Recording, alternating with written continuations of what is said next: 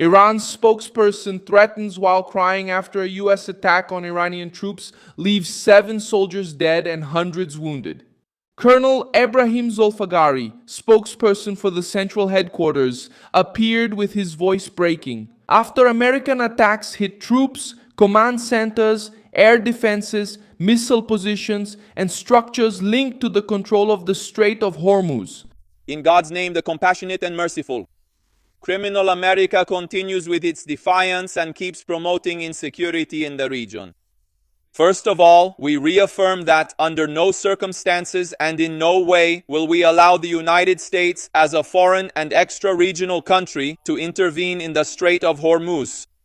This is Iran's red line that cannot be crossed.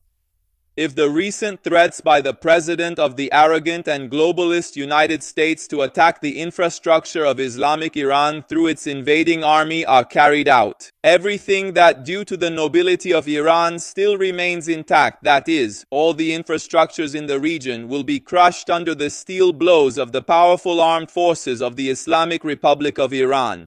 Fox News highlighted that Iranian military personnel were severely hit in the new wave of bombings. The strongest confirmation came from Iranian state television. The headquarters of the 388th Mechanized Brigade in Sistan province, Ibalu Sistan, was hit by at least 13 missiles. 7 soldiers died and others were injured.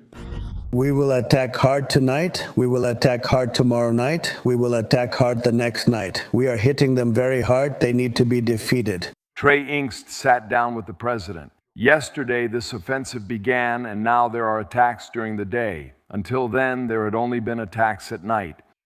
Besides the Persian Gulf, there is a city called Bampur, right where this red dot is. It's about 120 miles from the Gulf of Oman.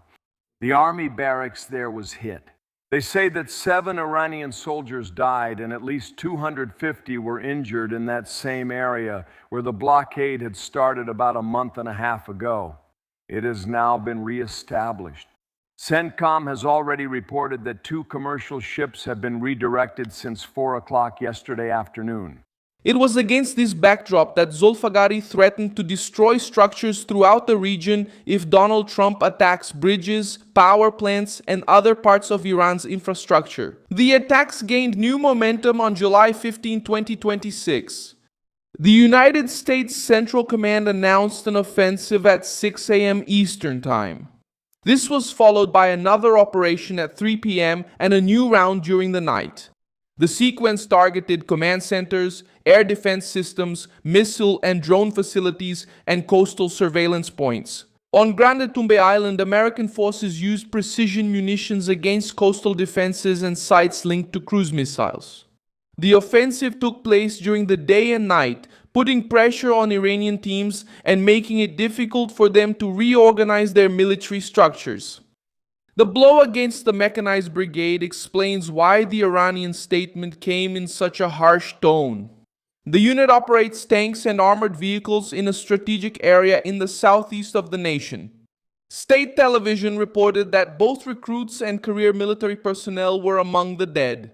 The United States reportedly launched at least 13 missiles at the barracks. The attack was not presented to Washington as an isolated action, but as part of a campaign to remove from Iran the means used against ships, ports, and trade routes. Tehran responded with threatening words because it lost men and equipment precisely in the sector that was supposed to support its resistance capability, in the south. Zolfagari stated that the Strait of Hormuz is a red line and that Iran will not accept interference from the United States in the Maritime passage. He threatened to crush the regional infrastructure, but Trump keeps his promise to attack Iranian bridges and power plants.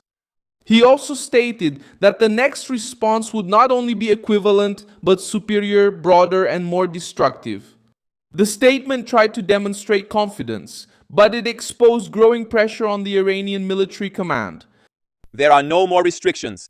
What is happening on the part of the Iranian armed forces is not an equivalent response, it is a superior strike. Strikes will be delivered that are more intense, much broader, and more devastating than ever before. The fire of the fury of a people who never surrendered will consume and burn the aggressor. And the final and absolute victory comes only from God the Almighty, the Wise. Iran cannot stop every wave of American attacks and tries to raise the political and economic cost of the offensive, threatening neighboring nations that host United States forces. The message directly targeted Bahrain, Kuwait, Jordan, Saudi Arabia, the United Arab Emirates, and Oman.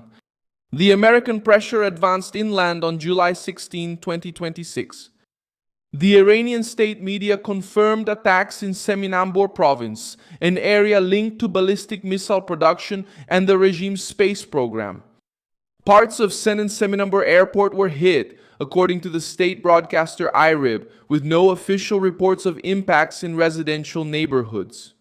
There were also reports of explosions near Tehran and operations in provinces such as Hamadan, Hormozgan, Khuzestan, Lorestan, Markazi, Markase, Sistan, and Baluchistan. The geographic reach shows that the offensive is not limited to coastal batteries. Washington seeks to target the network that produces, stores, detects, and launches the weapons used to keep the Strait of Hormuz under threat. The maritime dispute became even more serious after 2 tankers from the United Arab Emirates were hit by Iranian cruise missiles in Omani territorial waters. The ships Mombasa B and Al Bahia were transiting through the lanes south of the strait when they were attacked.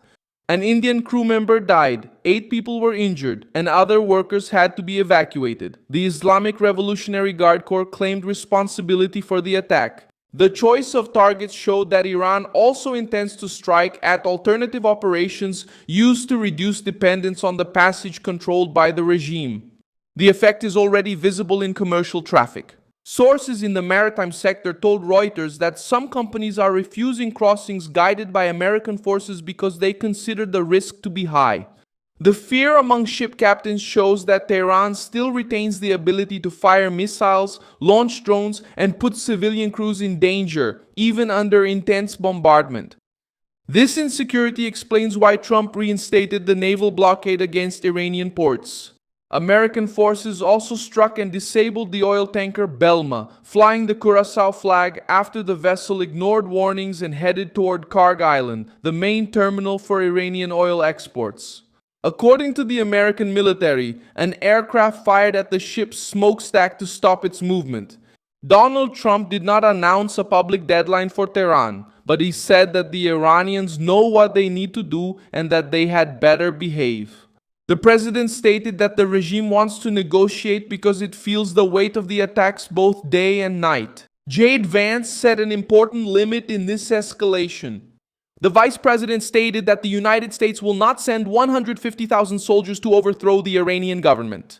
According to him, a regime change depends on the people of Iran, and the American military will not do that job in place of the Iranians. So if the Iranian people want to rise up and change their government, that's up to them. But we are not going to send 150,000 ground troops there to promote a regime change unless the people themselves on the ground want to achieve that outcome. Now, we're not going to send the troops anyway, but by proposing to send the troops, you're basically saying that the American military should do the job for the Iranian people. We're not in that business anymore. We just aren't. The position shows that Washington intends to use air and naval power without repeating a long ground occupation. Vance also warned that an invasion could lead to collapse, refugees, and the expansion of violent groups, as happened in Libya. Iran responded with missiles and drones against sites linked to the United States in Bahrain, Jordan, and Kuwait. As of the first reports, the authorities in those countries had not confirmed major damage or additional deaths in those attacks. The Houthis, allies of Tehran in Yemen, also launched missiles and drones against Abha airport in Saudi Arabia. The action increased fears that the regime might try to open another pressure front in the Red Sea and the Bab el-Mandeb Strait. It shows that Iran needs to spread the threat because its own military centers are being hit, one after another. Tehran needs to decide whether it will continue sacrificing everything, troops, infrastructure, and influence to maintain control of the strait, or if it will accept negotiations under the pressure of American bombings. Thank you very much for watching this video until the end. Support our project and contribute financially through the Pix key that appears on your screen. We are an independent channel focused on bringing you the truth. Your contribution helps us keep going.